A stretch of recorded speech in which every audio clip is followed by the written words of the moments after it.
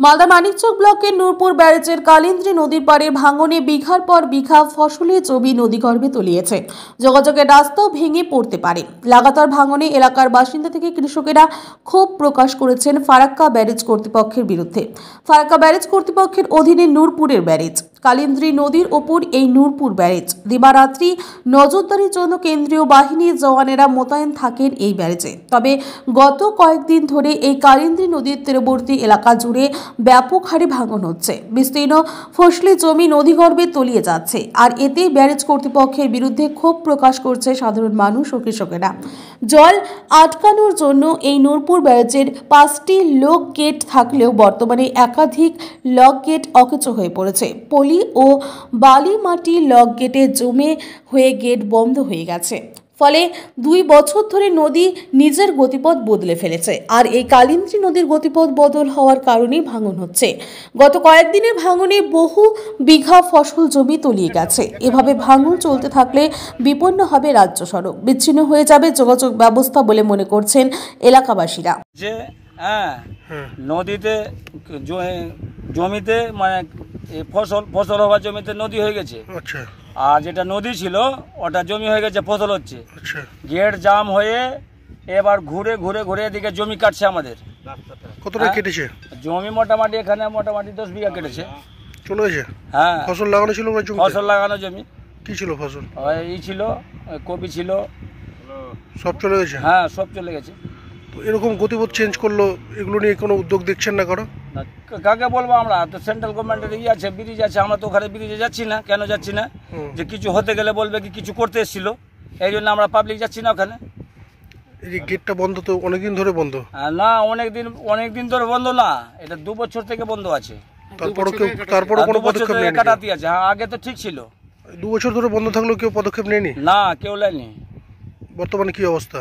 এখন ওই তো গেট জাম আছে, এদিকে জমি কাটছে।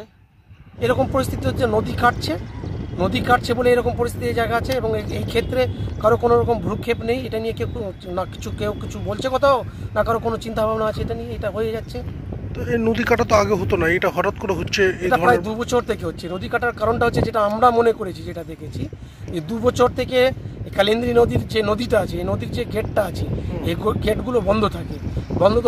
এবার যখন গেটটা বন্ধ থাকে, নদীর যে জলের যে স্রোতটা, সে স্রোত যখন যে যাওয়ার কথা, সে যখন পথ পাচ্ছে না, তার নদীটা নিজের পথ খুঁজে নিয়েছে।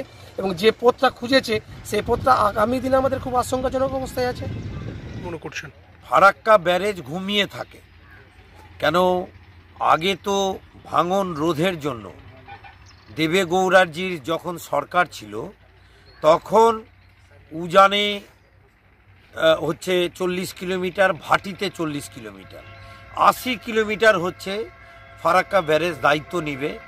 এটা কিন্তু ঘোষণা হয়েছে। ভাঙন রোধের কাজ না মমতা ব্যানার্জি সরকার করছে, না দিল্লিতে মোদি সরকার করছে। মোদি সরকার এক ডালিও মাটি ফেলেনি, আর মমতা ব্যানার্জি সরকার তো ওই বস্তাতে বালি ভরা ছাড়া অন্য কোনো কাজ করছে না। এই কাজ ফারাক্কা ব্যারেজের দেখা উচিত, কিন্তু ফারাক্কা ব্যারেজের তৎপরতা থাকে না।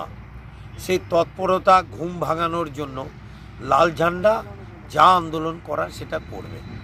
নদীর উপরেই রতুয়া মানিকচকের সংযোগ স্থলে নূরপুরে একটা ব্যারেজ আছে, যেটা ফারাক্কা ব্যারেজ বা সেন্ট্রাল সরকার, সেখানে গার্ডও থাকে, সংযোগ স্থল স্থাপন করেছে। এবার বাকি যেটা এখন বর্তমানে আশেপাশে ভাঙন হচ্ছে, সামনেটা বালির চড়া পড়ে গেছে। তো সেটা তো আর কেন্দ্রীয় কোথায় ভাঙন হলো কি হলো, যেহেতু রাজ্য সরকারের এখতিয়ার, তার দেখার বিষয়টা নয়। ব্যারেজের রক্ষণাবেক্ষণ, ব্যারেজটা দেখার দায়িত্ব ফারাক্কা ব্যারেজের আন্ডারে আছে। ওটা রক্ষণাবেক্ষণ বা দেখার ব্যাপারটা চলছে। তো অনেকেই অনেক কথাই বলে, তখন কেন্দ্রীয় সরকারের টাকাই রাজ্য সরকার চলে। সে তার সুদের টাকা হোক, বিভিন্ন প্রকল্পের টাকা হোক, তার টাকা এদিক ওদিক খরচা করে সেখানে লুটরাজ চালায়, বিভিন্ন জায়গায় আত্মসাৎ করা হয়।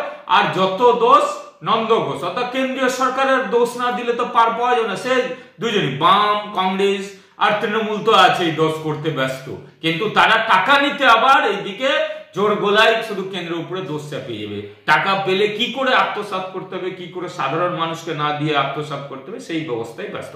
এটাও কোনো প্রকল্প করছে কিনা যদি কেন্দ্রীয় সরকার কিছু ভাবে, যদি কিছু করে তাহলে সেখানে রাজ্য সরকারকে দিয়ে করাবে, সেখানেও আত্মসাৎ করা যাবে। অ্যাকচুয়াল সবাই বলবে, যারা সমাজের লোক সবাই জানে যে ওটা ব্যারেজটা ফারাক্কা ব্যারেজের আন্ডারে রক্ষণাবেক্ষণের দায়িত্ব, কিন্তু আশেপাশে ভাঙন বা আমাদের এই কালিন্দী নদী কোন দিকে পথ নিল সেটা উনার দেখার বিষয় নেই, রাজ্য সরকারের দেখার। এটা কেন্দ্র সরকারের টাকা থেকে এটা করেছে, সেন্ট্রাল গভর্নমেন্ট যারা ফারাক্কা ব্যারেজ করেছে, কিন্তু এখন অব্দি যে তাদের জন্য যে সমস্ত জায়গায় কাটছে, আবার নূরপুর ব্রিজ থেকে ব্রিজের লকগেটগুলো বন্ধ হয়ে গেছে, তার কোনো সংস্কার করছে না ফারাক্কা ব্যারেজ। ফলে আমাদের পুরো জমি জমা কেটে এখন প্রায় কাঠ মানে মনন্দারকে এখন ধসের মতো কেটে কেটে পড়ছে, ফলে অনেক জমি জমা নষ্ট হচ্ছে, হচ্ছে। তো সেন্ট্রাল গভর্নমেন্ট তো আজকে আমাদের পশ্চিমবাংলাকে বারবার বিতাড়িত করছে সমস্ত কিছু থেকে। তো আমরা তো অনেক ছোট জায়গায় দাঁড়িয়ে আছি। ব্যাপারটা হচ্ছে ওনারা কোনো রকমভাবেই সহযোগিতা করবেন না। ওনারা রাজনীতিকে সরকারের সঙ্গে তুলনা, সরকারকে উনি সব সাধারণ মানুষকে পশ্চিমবাংলার মানে যাতে হিউমিলেটেড করা যায়, সরকারকে যাতে পাবলিকগুলো হিউমিলেটেড হয়, সেই জন্য এই কাজটা করছে। এত অত্যাচার করেও গ্রাম বাংলার মানুষকে অত্যাচার করা সত্ত্বেও মানুষের টোটাল যে মানুষ যে মানে ফেসিলিটিগুলো আছে, তাদের ফেসিলিটিগুলো বন্ধ করছে। আজকে আপনারা জানেন 100 দিনের টাকার কাজ, ইন্দিরা আবাসনের বাড়ি, একের পর এক সমস্ত কিচ্ছু টাকা ওনারা দিলেন না। আপনারা দেখলেন ইন্দিরা আবাসনের বড়গুলো মমতা টাকা দিলেন। আজকে সমস্তভাবে যদি আজকে তোমার সাথে আমার রাজনৈতিক ঝগড়া থাকতে পারে, আদর্শগত ঝগড়া থাকতে পারে, জনগণকে এখানে তুমি বেজ্জত করছো কেন বারবার? জনগণের টাকা তুমি না মারছো কেন বারবার করে? জনগণকে যারা বেজ্জত করে তার জন্য মানুষ পশ্চিমবঙ্গের উত্তর দিয়েছে এবারকার, আপনাদের আর চাই না। এবার থেকে বিজেপি শেষ, সর্বত্র শেষ হবে বিজেপি। এই তো অবস্থা। আমরা এই বিষয়টা নিয়ে আমরা বলবো, ব্যারেজ কর্তৃপক্ষকে জানাবেন, যায় কোনো সময় দিল্লি, তাহলে আমরা বলার চেষ্টা করব। ফারাক্কা ব্যারেজ কর্তৃপক্ষকে জানাবেন ম্যাডাম যে এই যে ব্যারেজের এই অবস্থা নূরপুর ব্যারেজে? জেলাকে জানাবো। আমি আজকেই শুনলাম আপনারা এটা কাটছেন। Bureau report, news for Bengal. This channel does not promote or encourage any illegal activities. All contents provided by this channel is meant for educational purpose only.